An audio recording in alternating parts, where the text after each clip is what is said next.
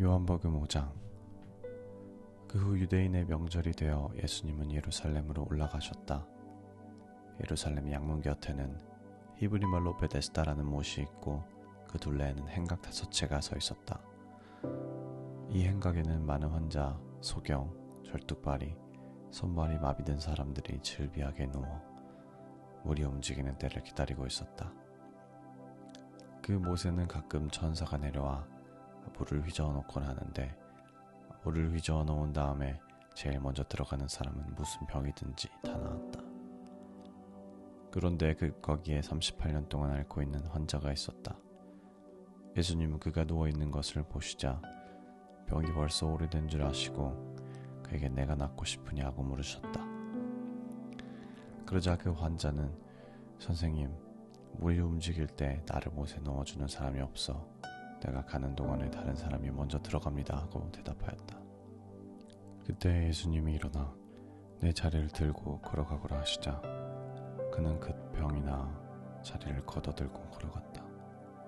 그런데 그날은 안식일이었다. 그래서 유대인들은 병이 나은 그 사람에게 안식일인데 당신이 자리를 들고 가는 것은 옳지 못한 일이요 하였다. 그가 나를 고쳐주신 분이 자리를 들고 걸어가라고 하시던데 하자 도대체 그런 말을 한 사람이 누구요? 하고 그들이 물었다. 그러나 그 사람은 자기를 고쳐주신 분이 누군지 알지 못하였다. 왜냐하면 그곳에는 많은 사람이 있었고 예수님도 이미 자리를 뜨셨기 때문이었다. 그 후 예수님은 성전에서 그 사람을 만나 이제는 병이 깨끗이 나았으니 더 무서운 병에 걸리지 않도록 다시는 죄를 짓지 말아라 하고 말씀하셨다. 그 사람이 유대인들에게 가서 자기를 낫게 하신 분이 예수님이라고 말하자 유대인들은 안식일에 이런 일을 한다고 예수님을 핍박하기 시작하였다. 그러나 예수님은 그들에게 내 아버지께서 지금까지 일하심으로 나도 일한다 하고 말씀하셨다. 유대인들은 예수님이 안식일을 범할 뿐만 아니라 자신을 하나님과 똑같은 자리에 올려놓고 하나님을 친아버지라고 부른다는 이유로 더욱 예수님을 죽이려고 하였다. 그래서 예수님은 유대인들에게 이렇게 말씀하셨다. 내가 분명히 너희에게 말한다.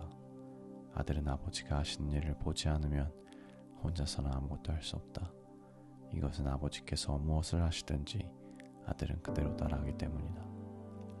아버지께서 아들을 사랑하셔서 자기가 하시는 모든 일을 아들에게 다 보여주신다. 그렇다. 아버지는 이보다 더 큰 일도 아들에게 보여주셔서 너희를 깜짝 놀라게 하실 것이다. 아버지께서 죽은 사람들을 일으켜 살리시는 것처럼 아들도 자기가 원하는 사람들을 살린다. 아버지께서는 아무도 심판하시지 않고 심판하는 일을 모두 아들에게 맡겨 모든 사람이 아버지를 공경하듯이 아들도 공경하도록 하셨다. 아들을 공경하지 않는 사람은 아들을 보내신 아버지도 공경하지 않는다. 내가 분명히 너에게 말한다. 내 말을 듣고 나를 보내는 분을 믿는 사람은 영원한 생명을 얻었으므로 심판을 받지 않을 것이다. 그는 이미 죽음에서 생명으로 옮겨간 것이다. 내가 분명히 말한다. 죽은 사람들이 하나님의 아들의 음성을 들을 때가 오는데 바로 이때이다. 듣는 사람은 살아날 것이다. 아버지께서는 자기 속에 생명을 가지신 것처럼 아들에게도 생명을 주어 그 속에 갖게 하셨다. 그리고 아버지는 아들이 그리스도이기 때문에 그에게 심판하는 권세를 주셨다. 내가 하는 말에 놀라지 말아라. 죽은 사람들이 모두 아들의 음성을 듣고 무덤에서 나올 때가 온다. 선한 일을 한 사람은 부활하여 영원한 생명을 얻고 악한 일을 한 사람은 부활하여 심판을 받게 될 것이다. 나는 아무것도 내 마음대로 할 수 없다. 나는 듣는 그대로 심판한다. 그래서 내 심판은 공정하다. 이것은 내가 원하는 대로 하려는 것이 아니라 나를 보내는 분이 원하는 대로 하려고 하기 때문이다. 내가 만일 내 자신에 대해서 증거한다면 그것은 참된 증거가 될 수 없다. 그러나 나를 증거해 주시는 분이 따로 계신다. 나는 그분의 증거가 참된 것으로 한다. 너희가 요한에게 사람을 보냈을 때 그는 진리에 대하여 증거하였다. 하지만 나는 사람의 증거를 받지 않는다. 내가 이 말을 하는 것은 너희가 구원을 얻도록 하기 위해서이다. 요한은 타면서 빛을 내는 등불이었다. 그래서 너희는 그 빛 가운데서 잠시 기뻐하려고 하였다. 그러나 내게는 요한의 증거보다 더 큰 증거가 있다. 아버지께서 완성하라고 나에게 맡기신 일, 곧 지금 내가 하고 있는 일이 바로 그 일이 아버지께서 나를 보내셨다는 것을 증거하고 있다.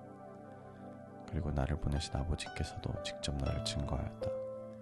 너희는 그분의 음성을 들은 적도 없고 그분의 모습을 본 적도 없으며 또 그분의 말씀을 마음속에 간직하지도 못한다. 이것은 그분이 보내신 자를 너희가 믿지 않기 때문이다. 너희는 성경에서 영원한 생명을 얻는 줄로 생각하고 성경을 부지런히 연구하고 있는데 바로 이 성경이 나를 증거하고 있다. 그런데도 너희는 나에게 와서 영원한 생명을 얻으려고 하지 않는구나.